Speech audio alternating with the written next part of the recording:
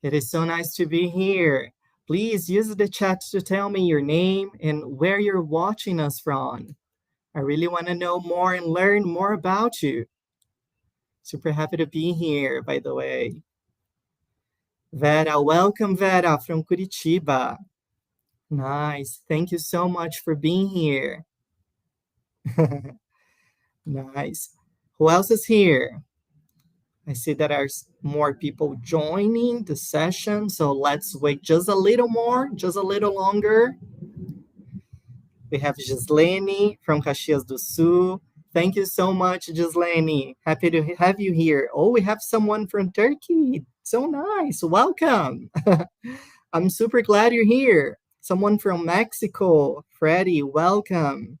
Rafael from Belo Horizonte. Many different cities here in Brazil. So nice. Thank you guys so much for taking the time to be here with me.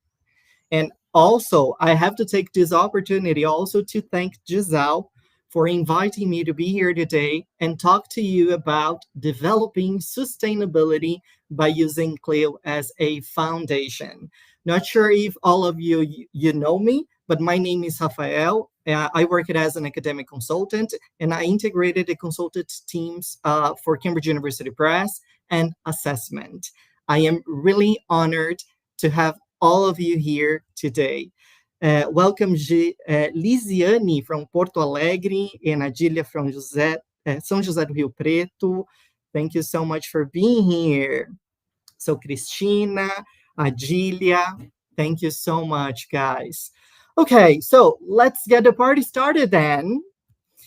Some housekeeping information before we get the party started and we talk about sustainability and CLIL.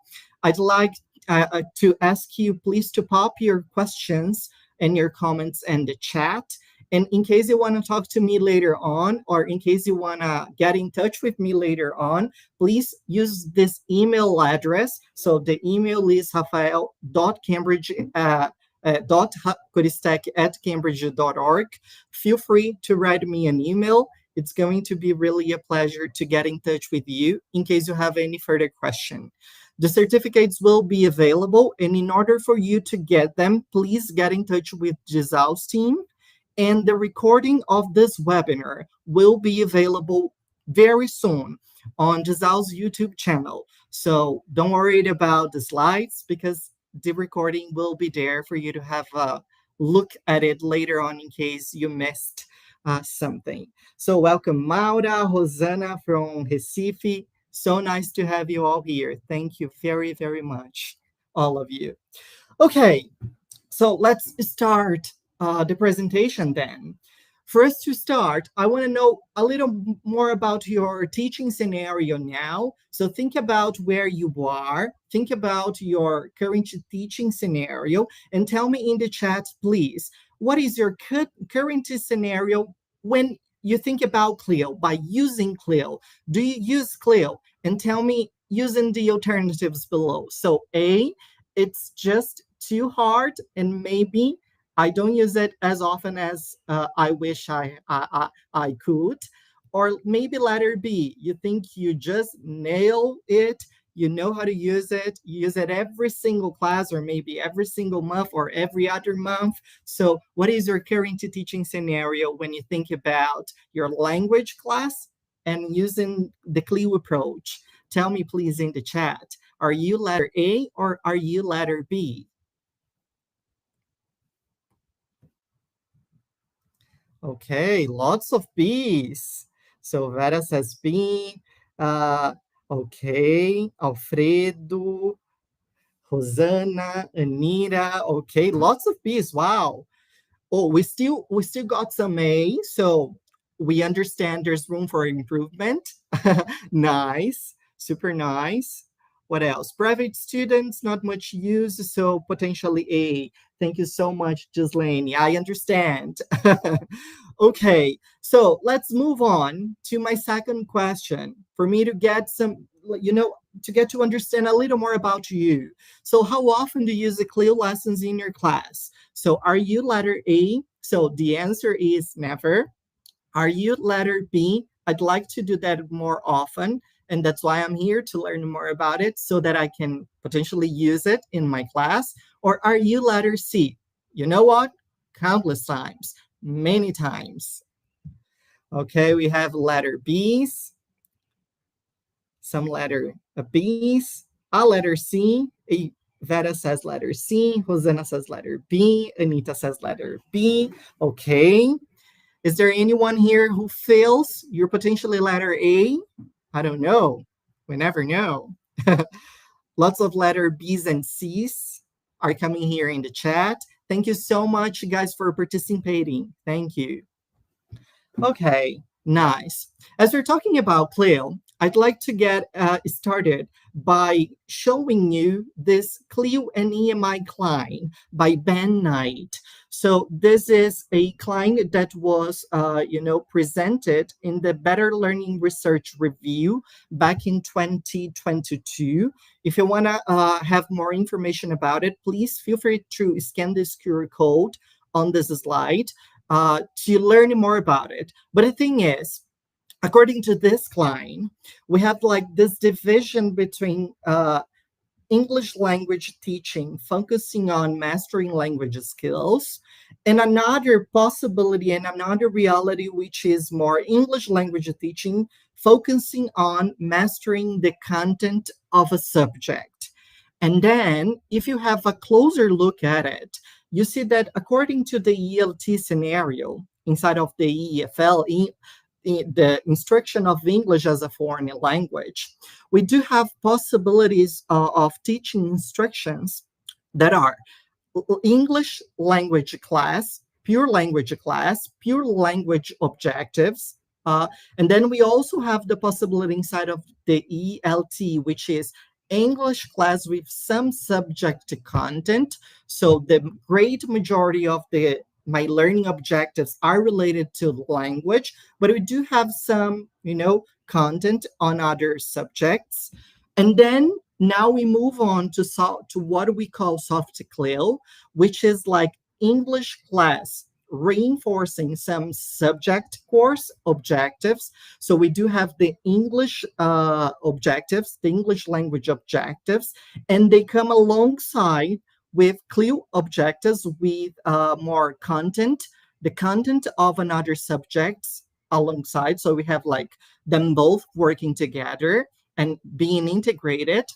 And moving on, we also have a third option, which is the hard CLIL, what we call the hard CLIL, which is an idea of a situation, a scenario in which the subject course is balanced with English learning objectives. So we slightly have a little more subject content learning objectives rather than English. And English starts being used here as, as a tool to access and to build up the knowledge, the content for this subject, for the other subjects. And then, never less important, we have the EMI instruction, which is English as a medium, as a medium of instruction, which is subject to course in English language context. Okay, so this is super interesting because we do have like a clear understanding and a clear path of what is soft CLIL, what is hard CLIL, what is pure ELT, and what is EMI. In case you are working under a ESL, English as a second language scenario, So this is the client, this is the topic. So we understand that our differences and that our different layers when we're talking about teaching CLIL inside of a language reality. Okay, here at Cambridge, there is another thing very important for us when working on the content of a material. This is something that we call the Cambridge Life Competences Framework. So according to the Cambridge framework, we do have many different competences available for every content we produce. So we have creative thinking, learning to learn, which is very recent, and very much related to this new reality we are facing: collaboration, critical thinking, communication, and never less important, social responsibilities. So we understand there is a whole competency focusing on social responsibility in the Cambridge Life Framework competency. And if we have a closer look at it, we see that the social responsibility competence is actually uh, broken down into smaller chunks. And those chunks are: the first one, we call it the understanding personal and social responsibilities as part of a social group. The second one is showing intercultural awareness. And the third one, which is understanding global issues. So we understand a lot of what we do when we're talking about a scenario, when you're focusing on a scenario in which the English language is the focus, is the core. Uh, this is very much related to a more holistic approach rather than just a linguistic approach. We are very much concerned in developing many other competences alongside the language instruction rather than focusing just on the language. And social responsibilities and global issues, they play a huge and a very important role when you're talking about the development of those competences beyond language, that goes way beyond just the language acquisition. Okay, and if you want to learn more about it, please feel free to visit this website, cambridge.org/CLCF, or hit this button that is hovering right in the middle of your screen, in the top middle of your screen. Okay, moving on. And if we have a even closer look at it, you will notice that this core area of global issues, which is the third one I just showed you in the previous slide, is actually broken down into even smaller chunks. So we do have the components, and those components are discussing a range of global issues and recognizing personal impact on global issues. And also the language can do statements related to the development of this competency, which are how to describe common diseases and the importance of prevention, and even how to demonstrate understanding of the need to share and protect the resources we have. So, still under this global issues topic, students can participate positively in activities to, safeguard the environment. Activities like recycling, saving water, reduce emissions, shop wisely, which is something very important, and also, of course, never less important, how to conserve and take care of the planet and the things that are around us. So you understand there is the development we address here, the understanding of use consumable materials wisely, many other layers of we know actions related to global issues that are conveyed and addressed alongside the language objectives. So this is really very important, and this is something that is in the core of our education today. We understand students are not only learning a language, but they are learning a language that will be used in the future, in the real world. And this real world requires us those many different competences and the awareness of those many different, realities.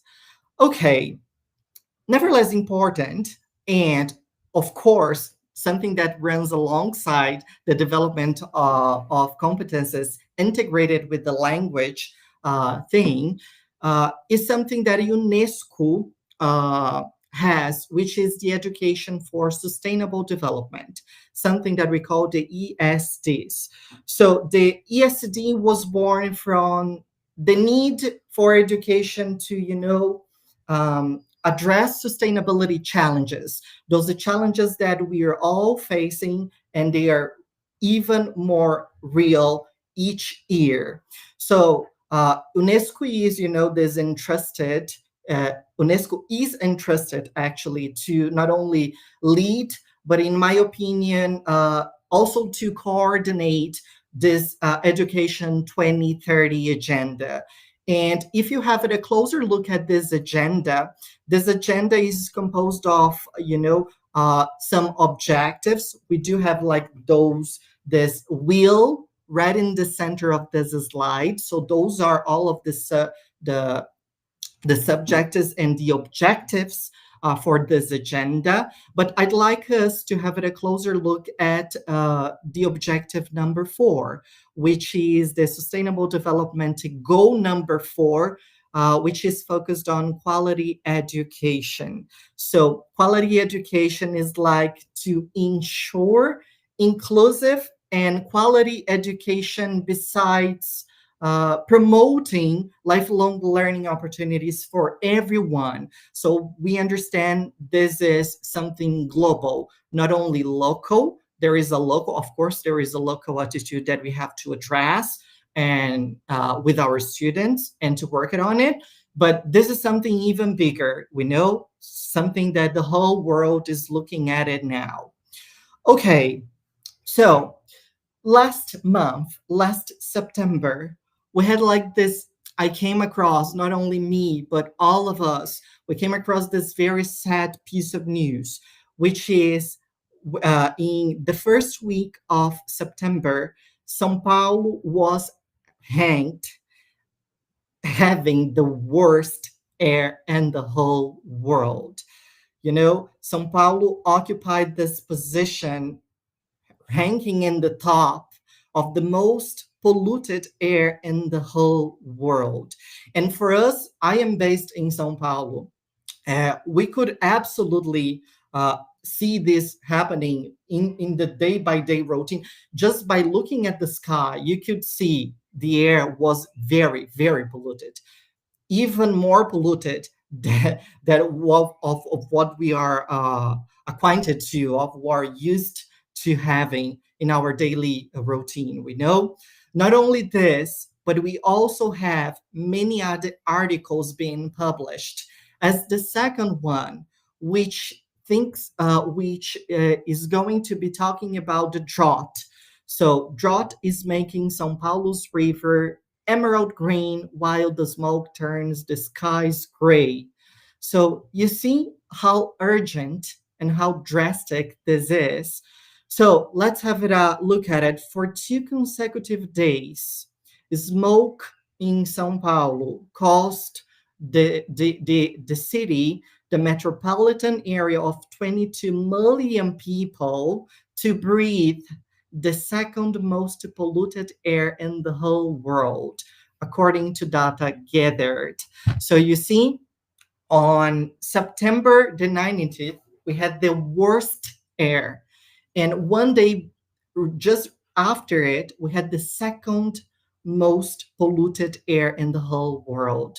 So we understand when we compare this drought, very extreme drought, and a lot of pollution going on. And if we compare this drought to what happened here in Brazil in May this year, we know we are talking about maybe 4 months apart, about the heavy rains we had in Rio Grande do Sul, in which almost the whole state was under floods. We understand we are suffering from very extreme weather events, from drought to heavy rains, from drought, so the most polluted air in the whole world, to massive rains that floods the whole city, that leaves a whole city under the water.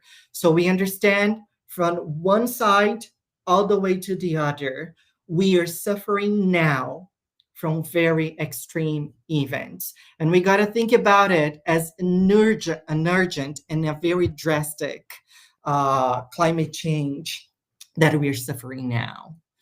Okay, so some of the things that we can not only address, but we must address with our students and inside of your class could be things like the importance of restoring ecosystems, the importance to develop resilient infrastructure, or even collaborate to strengthen local capacities, or maybe ensure the necessary fund for the adaptation of cities and municipalities, or maybe reframe sustainability to protect and create new sources of value. This is really very important. And the most important of all, in my opinion, we gotta all rethink the way we live and the choices that we are making, not only concerning the things that we consume, but especially the choices that we are making concerning how we take care of our planet, how we take care of our nature, and how we take care of our home. We know. So we need to discuss the life changes and the life choices that we make right away. Not only because there is not a second place for us to go and live, there is not a second planet. We have to take care of ours, but especially because this is the place where this is the world that we are going to leave for the future generations, for the generations of our children, and for our grandchildren generations. So this cannot stop now, we know. So in a very urgent way, we got to think about it and start actions now. So when we have in one side the Education 2030 agenda, and we put it together with the language class, we understand that there is a very good way of addressing those many different issues related to global sustainability by using CLIL as a foundation then. So you can absolutely use the CLIL as a way of putting them all together, integrating the language learning objectives and putting them together with and alongside with the Education 2030 agenda. And in order for you to do it, I chose as an example this page from the Guess What, the Cambridge Guess What material. This is the material for the primary, for children from 6 to 10 years old. And this is a science class. So if you have a look at this page, at this, not only the page, but also the project, because this Let's Collaborate that we have here in my right, this is a project. This is something that students will build. But if you look at the topic, we understand inside of this unit, which is unit 2 in Guess What, students learned vocabulary, target language focused on recyclable bin, paper, can, bottle, card, liter. So this is the vocabulary. This is the chunk of language they learned in this unit.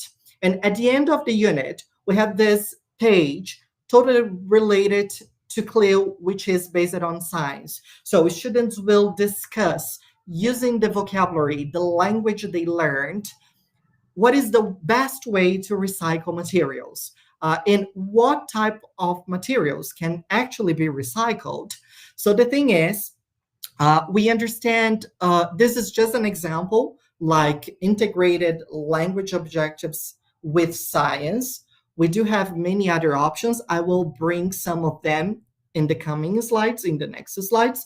But the thing is, I'd like us to have a closer look at a topic. In my very honest opinion, we take like this recycling process for granted. I really think we do, because we think we hear every now and then a lot about it.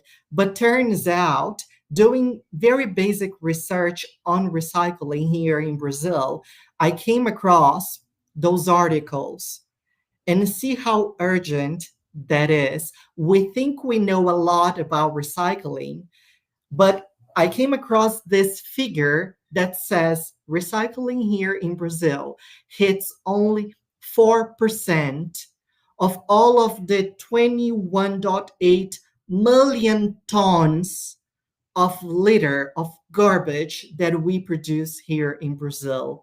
So here in our country, we are just able to recycle only 4%, only 4% of more than 81 million tons of garbage that we produce.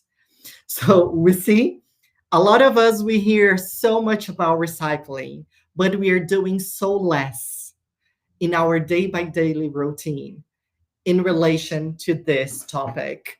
So we think we know a lot about it. We think that the government maybe is doing the basics for it, but it's not. We know those figures when you do basic research on the internet and we look at the numbers, we see how falling behind we are in terms of recycling. So this is really very important, really very important. This is the basics for sustainability. We know learning how to recycle and integrate recycling into your daily routine, into your routine.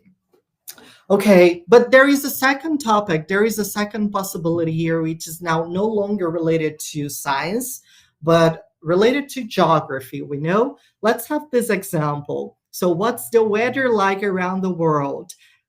You see how very up to date this is, like this discussion, because in this lesson, in this geography lesson, this is an example from our Guess What, the Cambridge Guess What material, but now in level 4.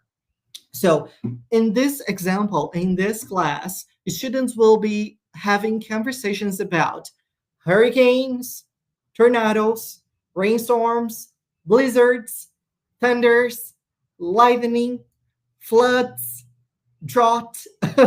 Does that ring you a bell? So what is happening in the world just now? Even with the Milton, hurricane that just happened. So this is really very urgent for us to address with our students. And CLIL could be an opportunity for us to make students use the English language to build up knowledge, to build up, important discussions around those topics related to science, related to geography, but the opportunities are not only concerning science and geography. I would just, before we move on, I would just like to highlight that for every Cambridge material and for every CLIL lesson, we do have an extra worksheet, a photocopyable material that helps you. This is something that is ready. You don't have to worry about doing anything from scratch as an activity, as a consolidation, so that this extra worksheet is ready for you to use with your students in class.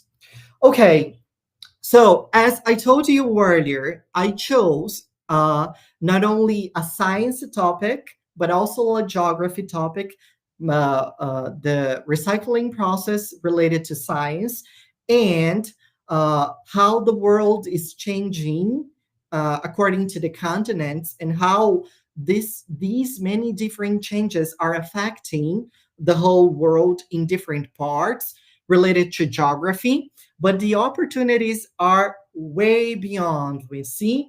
So those are some of the topics that we can create CLIL lessons using the English class. So we can talk about what material is this, food. We can absolutely talk about the food chain and the food, means of transportation, including eco-friendly transport, animals chain, and what is happening to them, their species and everything else, farmers, our eating habitats, the types of habitats that we have in nature's recycling process, the cycle of water, the use of plants, and how we are taking care of our plants, how's the weather is like around the world, different places on the map talking about sustainable science, underwater food chain. You see how recent this is. The importance of drinking waters, and of course, glass and those many different types of materials. So you see, many different topics that will help you convey and address those many different urgent issues that we're facing just now. Okay, so earlier in this presentation, I chose the third topic, which is understanding global issues. But now I'd like to give you more insights on the first topic, which is this understanding personal and social responsibility as part of a social group. Because we understand students play a huge role in society, and they will play an even more important role in the future. So let's have a closer look at it then and understand in what ways we can integrate those many different issues inside of your English class. So one of the ways of doing this concerning social responsibility and developing the responsibility as part of a social group is by assigning roles to students. And what I mean is, maybe in your daily basis you can have the habit of using cards or flashcards like this one as trash monitor, supplies manager, a plant caretaker, a paper assistant, or even a tech assistant. And one of your students can receive a specific role for that lesson, for that class, and then you can sweep this. You can change roles with the time being. This is something very beautiful, and this is a very bright way to integrate sustainable practices into your language class. So the examples that I chose for this presentation, those flashcards, let's call them this way, those cards, they were extracted from the Class Dojo website. So in case you want to use them, or in case you want to make your own flashcards, feel free. But I think, in my very honest opinion, this could be a very bright idea, not only thinking about CLIL as a specific class, but most importantly, learn to integrate this in your day-by-day routine, in your reality, and have students play the role, understand by doing actions, by taking actions, working as a class monitor, a trash monitor, a plant caretaker. This is something that we can do in our daily basis. We don't have to wait until a CLIL lesson approaches. We can absolutely do this right away. So another option that we can do as a social responsibility and developing this responsibility as part of a group, it's something that I myself love doing, which is creating visual and display areas. I am the type of person who's very visual.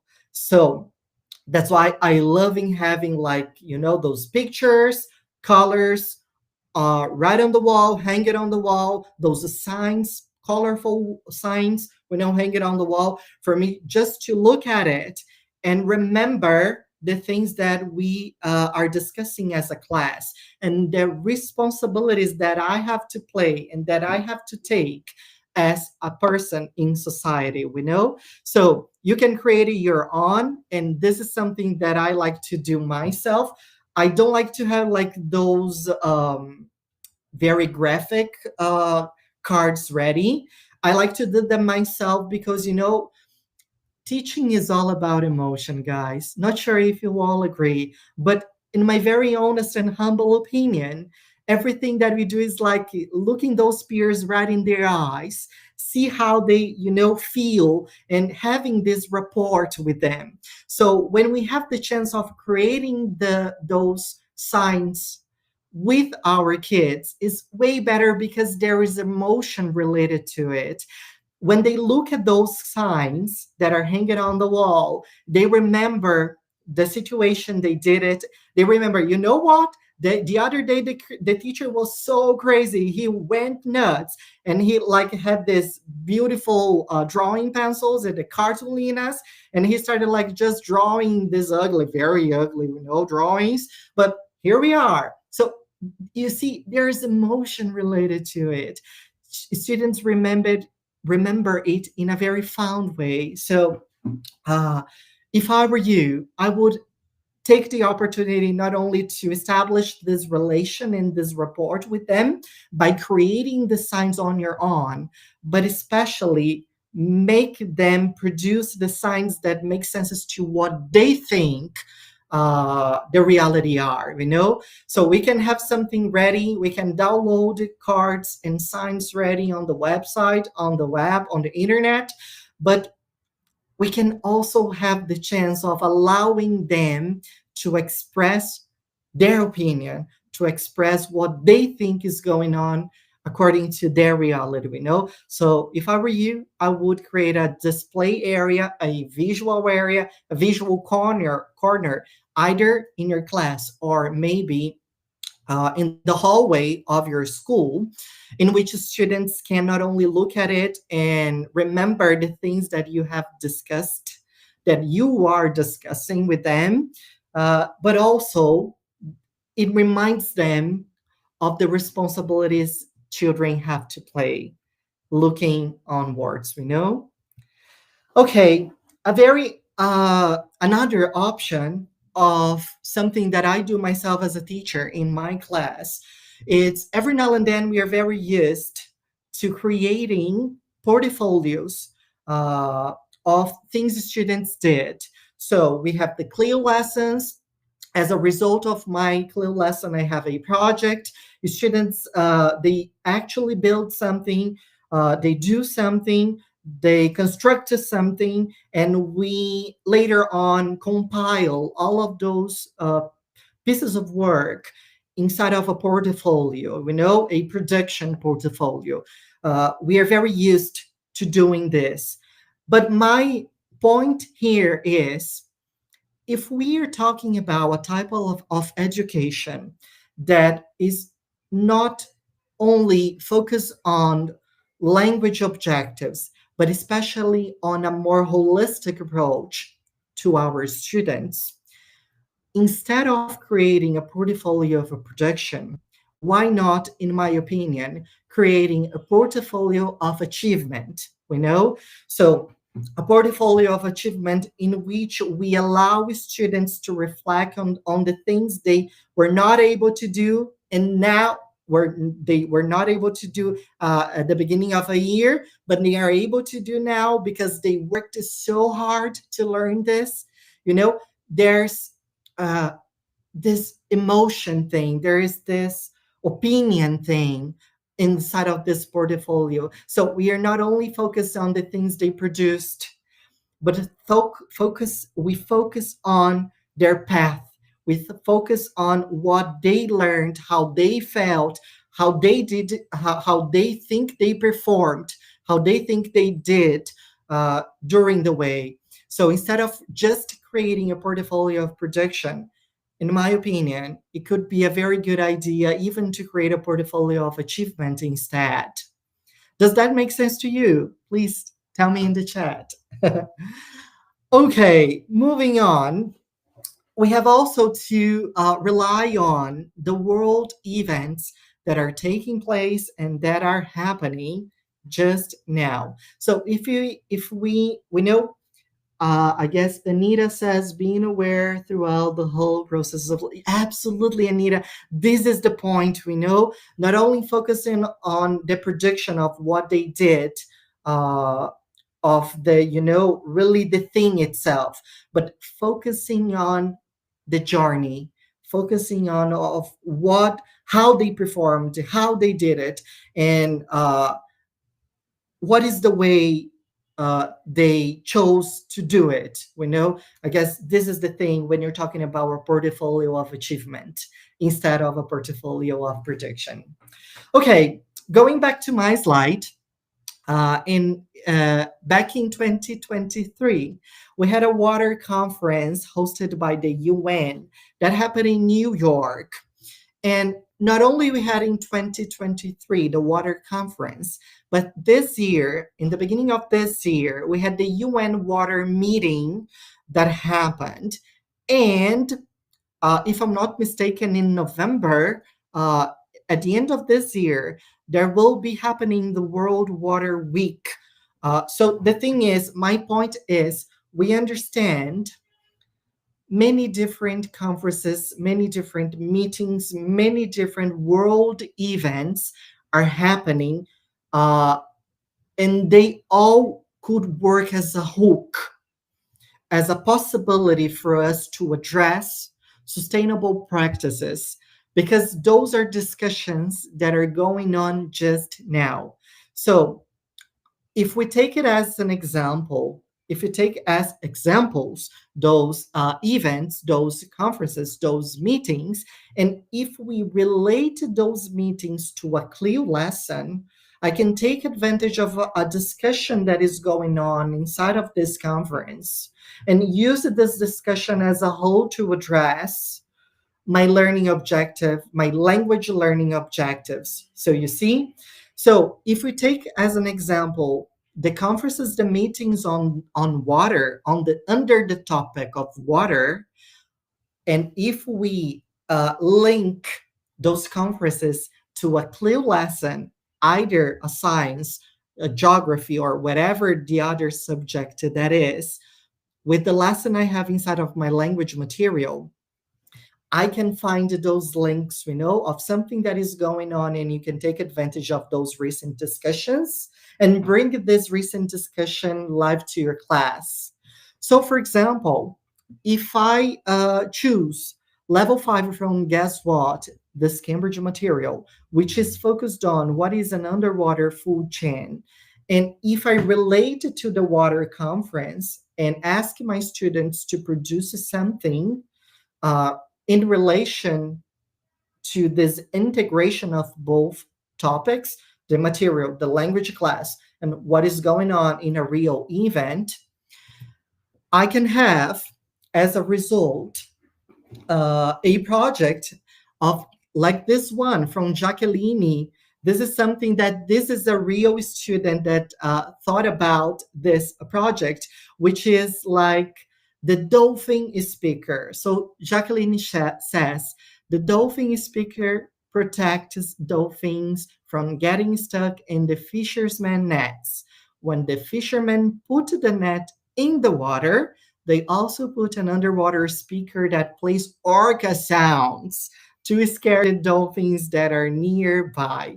So we see how bright this is. The topic that we had inside of the book was the underwater food chain.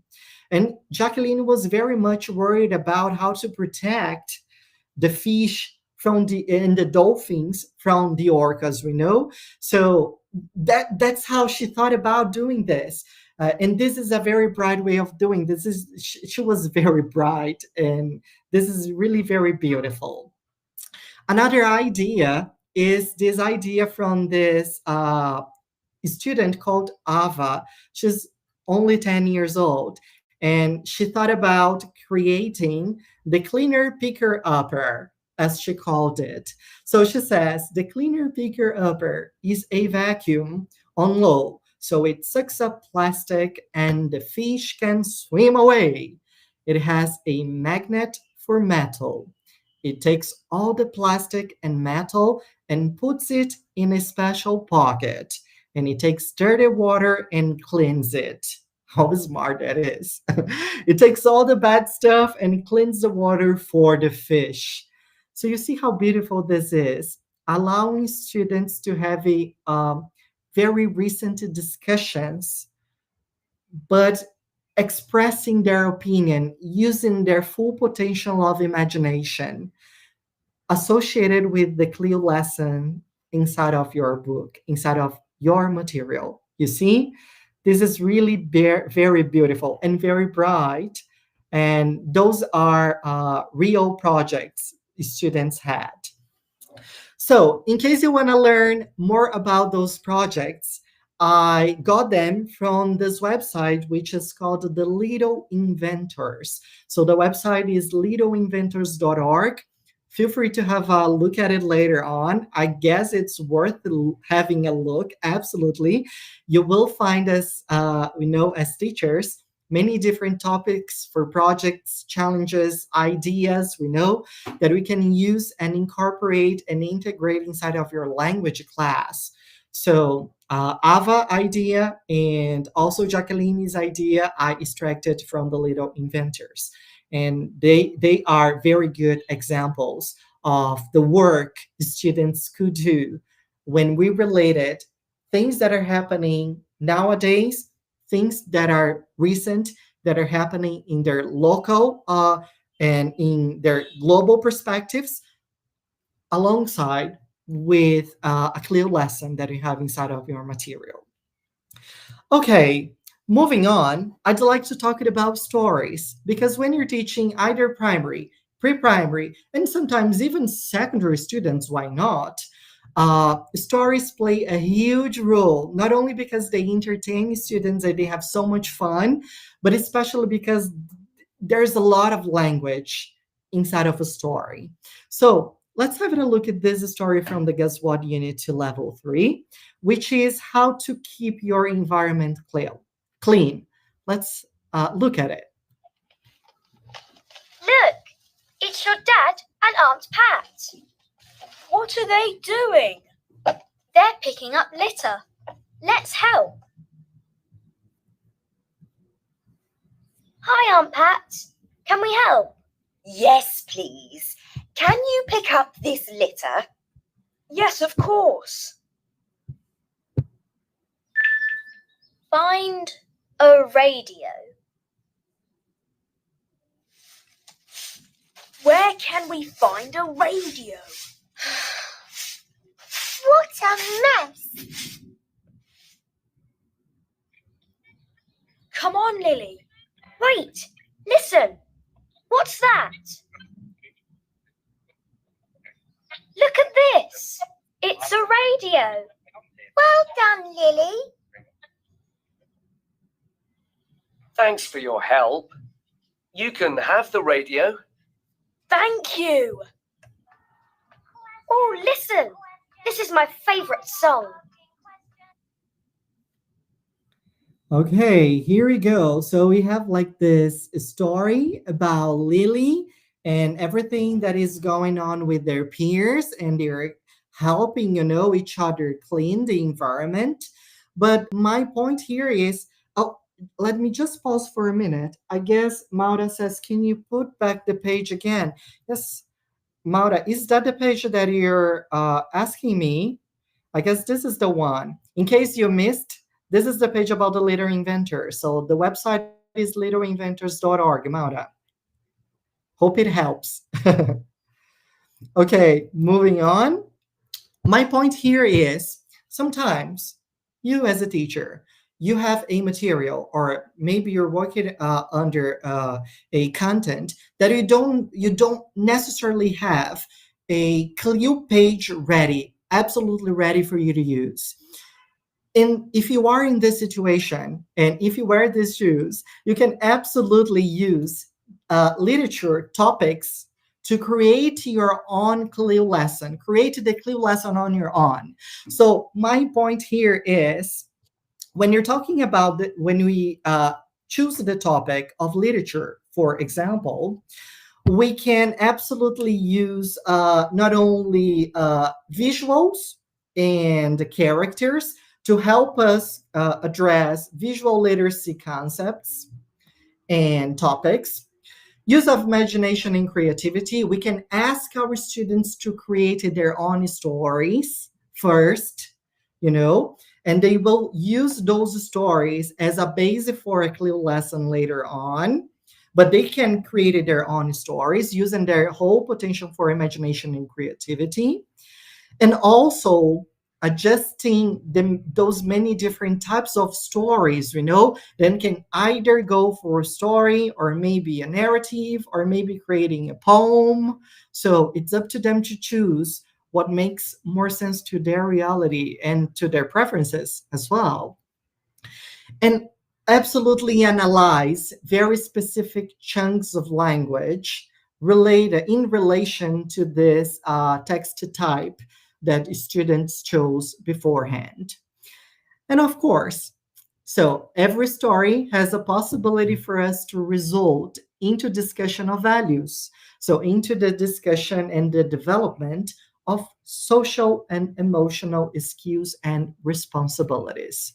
So the thing is, if you don't have a page like this one, which is beautiful and ready for you to use as a CLIL foundation to address those uh, social responsibility topics, you can ask your students to create the story of their own and even use dialogic reading techniques later on. So students will first create their stories, they can animate them, they can create their own characters, and later on, you as a teacher, you can use dialogic reading techniques uh, by using questions and by asking learners what is in the story, if they notice something different that is going on, exploring elements and things like key topics, reasons, the cause and effect.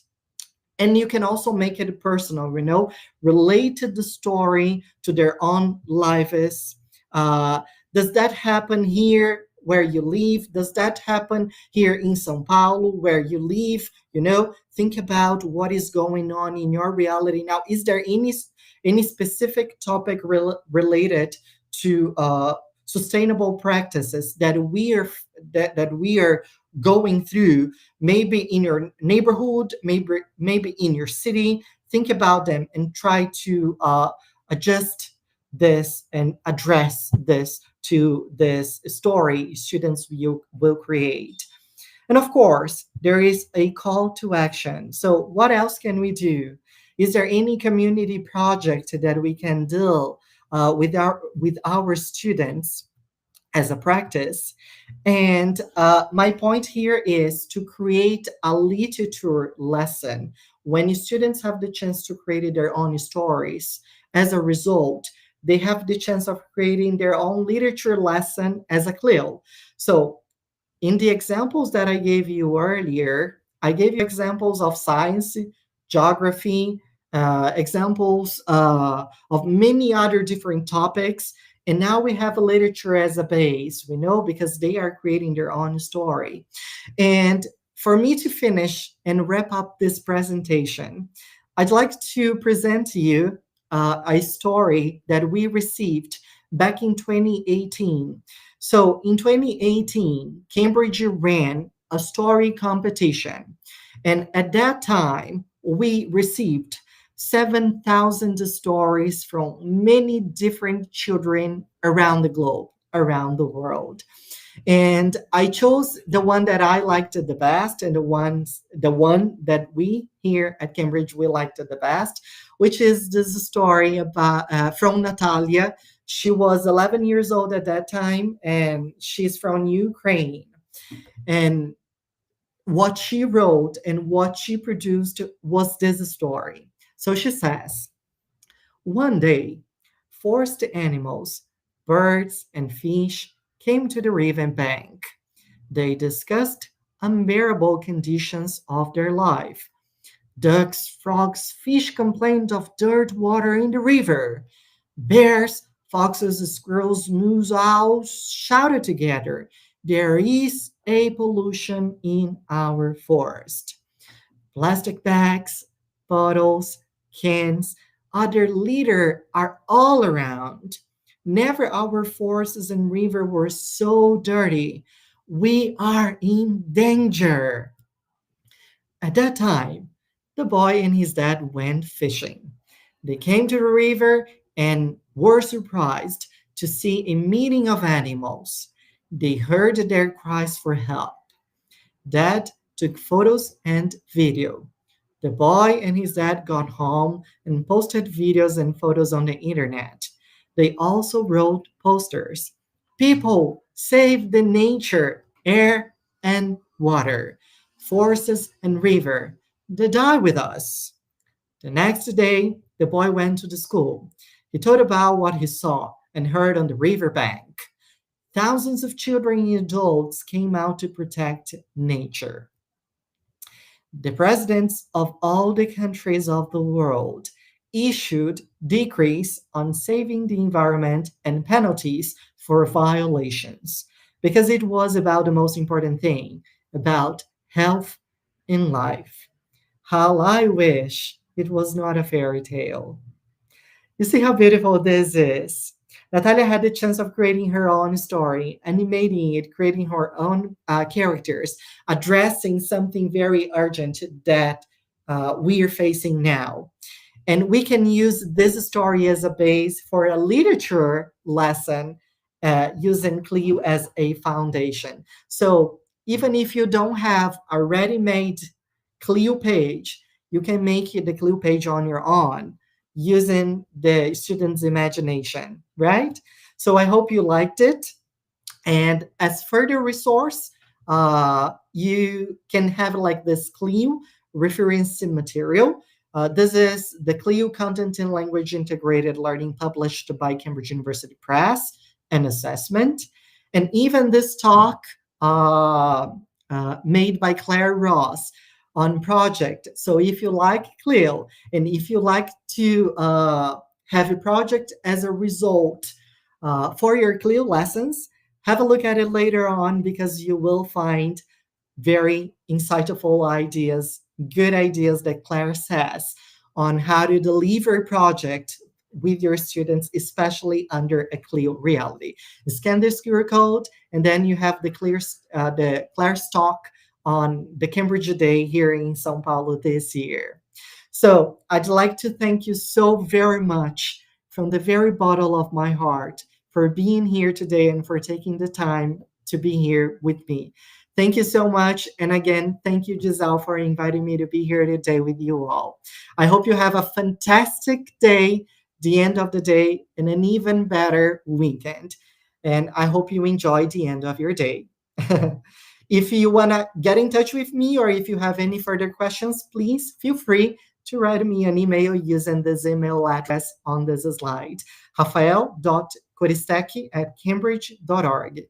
Thank you so much, and I hope to see you very soon. Bye-bye, guys.